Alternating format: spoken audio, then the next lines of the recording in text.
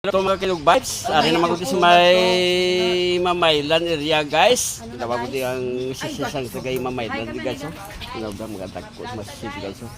Nyaga tama kay to kito di ko ta sige lakat to kagutom nagit. Ari ko subong sa may mga kadamo sa mga gusto nga si Madam Dio, hello na mga kaidol guys. So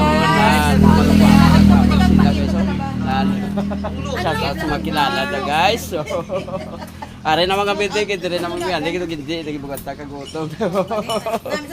Shout out sa mga kilala to da. Guys, di rin naman kundi si Madam di guys. So, pagkita mo din nag-search sa mga kung maganamit sila ito laban di guys.